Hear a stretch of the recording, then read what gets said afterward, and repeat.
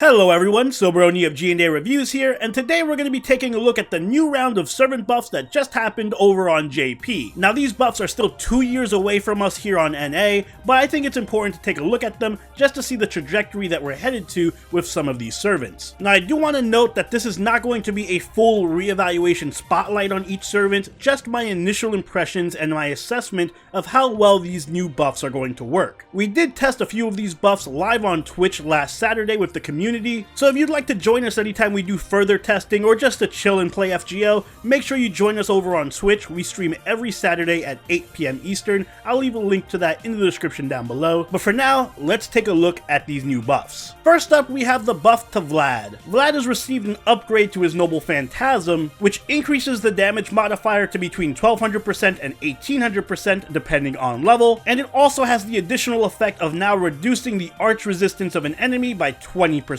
for 3 turns. This is actually in fact Vlad's second Noble Phantasm upgrade, so now he has a normal Arch Noble Phantasm modifier just like every other single target Arch servant. So hey, maybe there is some hope for the Media fans. In addition to that though, the Noble Phantasm now also lowers arch resistance by 20%, but to be honest, I wasn't able to test that part of the buff as much because Vlad kind of now just one-shots everyone. This is an extremely powerful buff considering that Vlad is basically an NP looping machine who is also capable of some of the highest single target arch damage in the game. I know that I said this isn't a servant reevaluation, but if it was, I'm pretty sure Vlad would get an S because he essentially has no weaknesses. He's near immortal since he has his ability to stack guts. His Noble Phantasm looping is insane. For reference in the footage I'm using here, Vlad is looping using a Black Grail with level 1 skills. And now thanks to this buff, his NP now hits even harder than Beowulf and Kentucky. So yeah, overall I'd say this was a pretty damn good buff for Vlad, if completely unnecessary. Going beyond Vlad, Rama also received an upgrade to his Noble Phantasm. His Noble Phantasm is now EX rank, and it gets an additional boost to damage with a damage modifier between 800 and 1200% depending on level. It also reduces the buster resistance of an enemy by 20% for 3 turns, and it reduces the NP gauge of demonic enemies by 1. This is a much needed NP damage buff for Rama, since he was beginning to lag behind all of the other sabers in terms of damage. Prior to this buff, the only saber who had a weaker single target Noble Phantasm than him was Saber Maeve, and that's including the 3-star saber. Now Rama's Noble Phantasm damage is more in line with what the average is for a 4-star saber, although it's still slightly lower than Saber Fran and Deermud, but he does make up for that by having a big anti-demonic buff. This buff really helps to balance Rama, since he will still slightly underperform compared to the average 4-star saber in most fights, but he will be tremendously overperforming in fights against demonic enemies. So he's going to be situationally very strong in his niche without suffering from as much of a drawback outside of it. Plus he still retains very good single target burst damage from his crit skill, and the Buster Resist Down now gives him some utility in Buster Team. Overall a very good buff in terms of game balance. It doesn't make Rama OP, but it does make him much better all around, and it makes him even better in his niche. So now you actually have a reason to use him over someone like Bedivere or even Yagyu, depending on the situation. Moving on to our first non-Noble Phantasm related upgrade of the bunch, we have Kojiro. Kojiro has received an upgrade to his second skill, upgrading it to Fade Out rank A+.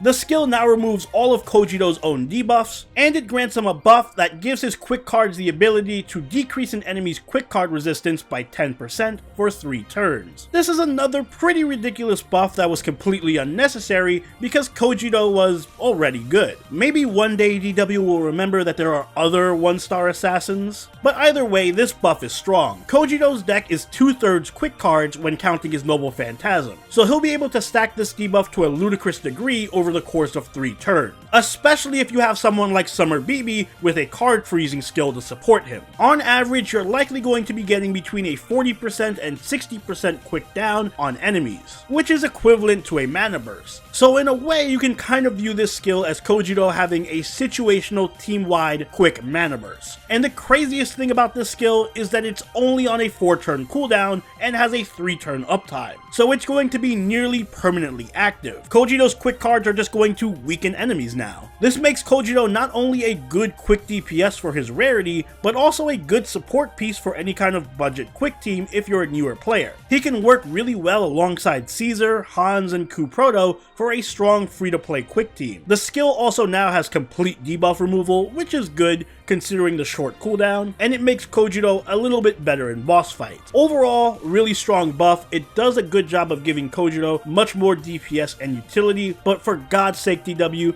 Matahari is crying, help the poor girl. Next up, we have Quetzalcoatl. Quetz has finally received a buff to her Charisma, which upgrades it to Charisma of the Sun rank EX. In addition to buffing the entire party's attack, it also now grants between 15 and 25 crit stars depending on level. This is one of the more straightforward buffs. It's just a star bomb on her Charisma, but while it's simple, it's still effective. Quetz already has very high star weight as a rider, so she's very likely to crit whenever she pops this skill. But to make it even more likely, she still has a Star Absorb and crit buff on her third skill. Her third skill also has an NP charge, so this buff is designed to make it incredibly easy for Quetz to set herself up for a crit buster chain with her NP for massive single turn burst damage. Anytime she has a buster card or two in her hand and more than 70% NP charge, you can just pop this skill and her third skill and you have an instant nuke. I'd consider this buff more of a side grade than an upgrade, since it doesn't fundamentally transform Quetz or make her that much better. She has always been one of the best servants when it comes to high single target burst damage, and this buff just makes her even more consistent at it and helps her excel more in a crit DPS role, which is just nice to have. Next up, we have another assassin getting a buff in Qing, but this time a buff to his Noble Phantasm. His Noble Phantasm is going to be upgraded to rank EX, and the damage modifier is going to increase to between 1600 and 2400%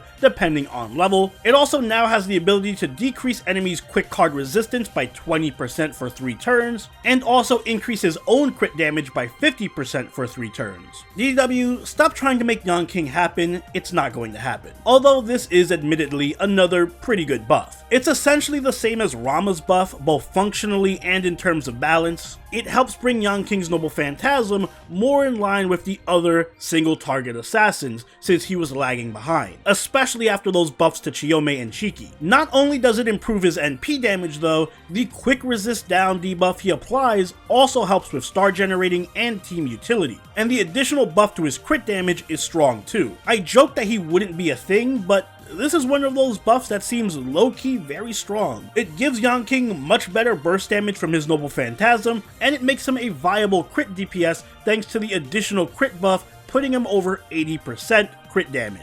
And this also improves the team's overall damage and star generating. Overall, I really like this buff, and I think a lot of people are sleeping on it, including me before I made this video. Don't get me wrong, Qing is still going to be a niche pick specifically made for quick crit teams, but I think he's much more viable now and not completely outclassed by all the other assassins and quick servants. Just like with Rama, this gives him much better all-around damage, and it makes him situationally stronger within his niche. Moving on, we have a buff that a lot of people have been waiting for. This one is for Moriarty. Moriarty is receiving a buff to his first skill, which is going to grant him the ability to ignore defense for 1 turn, and also generate between 10 and 20 crit stars depending on level. Now this is the buff that we've been waiting for. Finally, Moriarty can proc his own skill without having to rely on another support to give him stars. The Star Bomb is exactly what he needed. It makes him much more consistent. Now you can pop this skill and then his NP charge as soon as he has 50%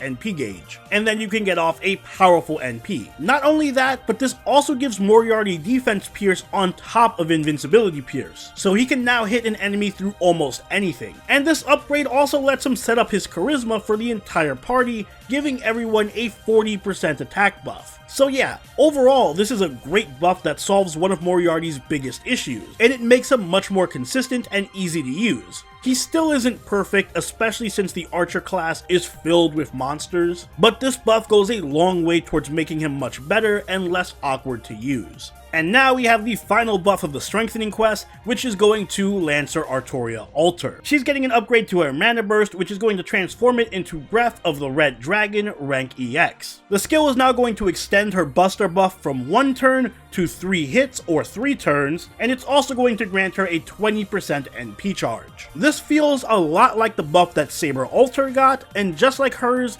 it works pretty well here. The buff makes Lantern Alter a viable farmer, giving her a decent NP charge, and making her Buster buff last for 3 hits instead of just 1 turn, which makes it a bit more consistent. This way you don't have to worry about wasting the buff if you don't have a Buster Brave Chain. You can Noble Phantasm on 1 turn and then still have the buff active the next turn and the turn after until you get the Buster cards in your hand. In other words, it's just going to be much easier to get the full value of the mana burst now. I know that there are a lot of farming Lancers, many of whom are better at it since they can loop, whereas Lalter can't. But don't sleep on the NP charge that she has now either. Lalter still has one of the most powerful AoE NPs in her class, and it has an AoE NP seal on it, so being able to access that quicker is a good upgrade. Overall, this is not a game-changing buff for Lalter, but it's a decent one that gives her a bit more consistency, which is always appreciated. Now, beyond the strengthening quest buffs, DW also surprised us with 2 additional buffs.